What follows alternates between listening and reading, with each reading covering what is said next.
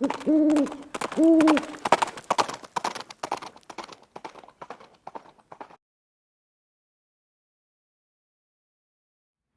hey guys, it's Viejo here, and we are into the fourth week now of May in 2025. A nice day here on the Central Coast of California as I'm doing this video. It's kind of breezy, but it got warm. We had some cooler days, and it got up pushing 80 degrees here today, which is pretty warm for this time of year. Anyway, this is part 2 of episode 18 of Wadcutter Wednesday, and what I'm doing with this series is just showcasing some of the 30 some odd molds that I have for wadcutters in various calibers for 38, 44, and 45 Colt families. And you know, we're not trying to do load development or prove which one's the best or anything like that. I'm just bringing them out for you to take a look at and see what some of these various designs are all about. And so today we're talking about the Saeco number 944, about a 200 grain wadcutter designed for 44 caliber. I shot them out of 44 special, and we got them all cast up last week. If you want to take a look at that previous video, you can see some of that activity. And this time we're going to get them loaded up and take them out and shoot them. And I loaded these with some Vitervuri N320 and loaded them on the Redding T7 turret press, a press that I really like to use. So without getting into any other weird details, let's go ahead and cut in the loading footage. If you're watching on YouTube, I can't show you that. I can show you what they look like when we're done, but YouTube prohibits us from showing actual reloading. At least they do for me anyway. So if you're watching on Rumble, you'll get to see the whole thing. So let's go ahead and get started. I'm using Vitervuri N320 powder, 5 grains, CCI large pistol primers. Those are the number 300s. That's all Starline brass, 4 times fired by me. Okay, and it's all been trimmed to the same length, chamfered and deburred. This particular bullet,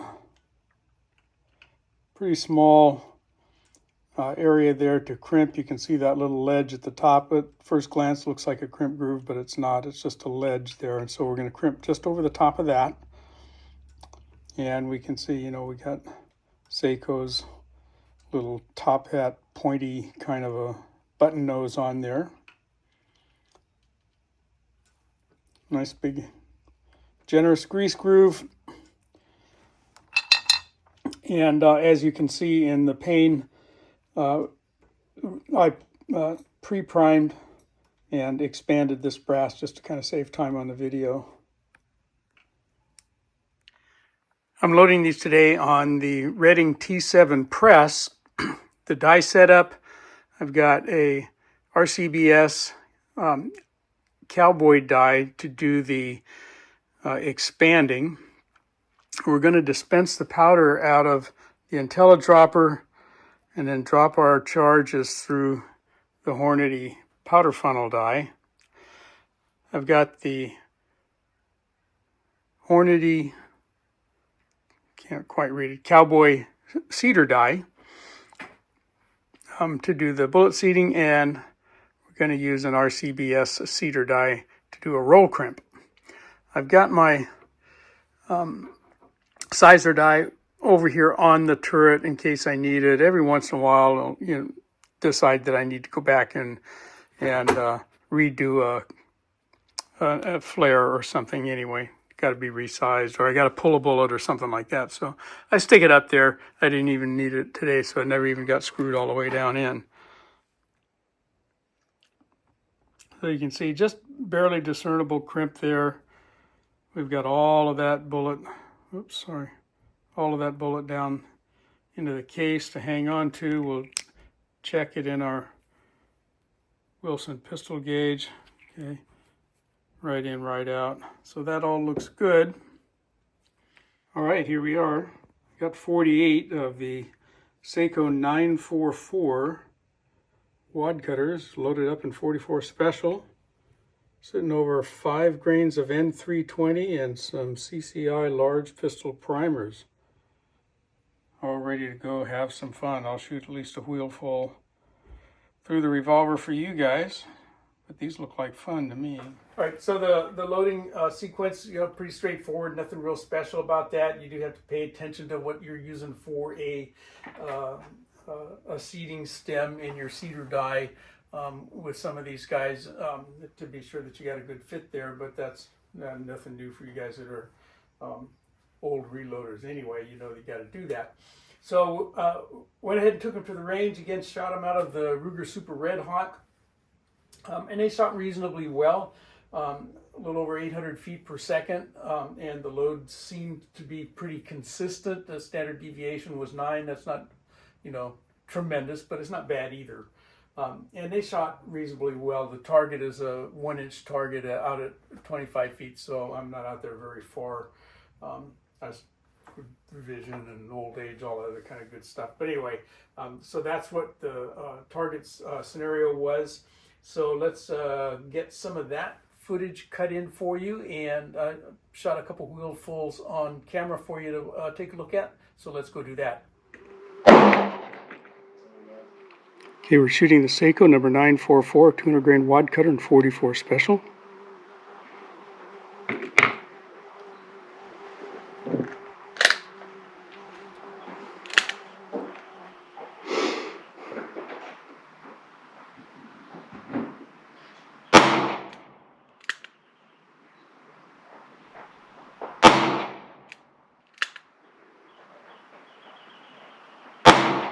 Ooh, my flinch.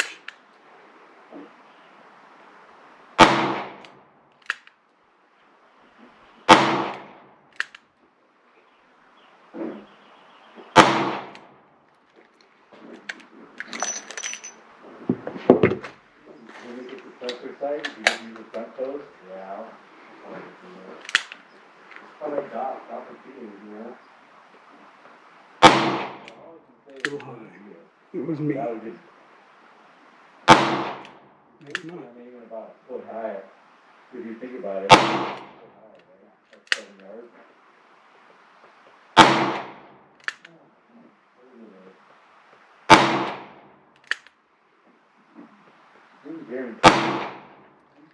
Didn't guarantee one or two things out there. I don't know, dude. I don't see how far off. Look at the head. I think shoulder. See where it's hitting just in the line. Which shoulder? The left? Or is left? Or right?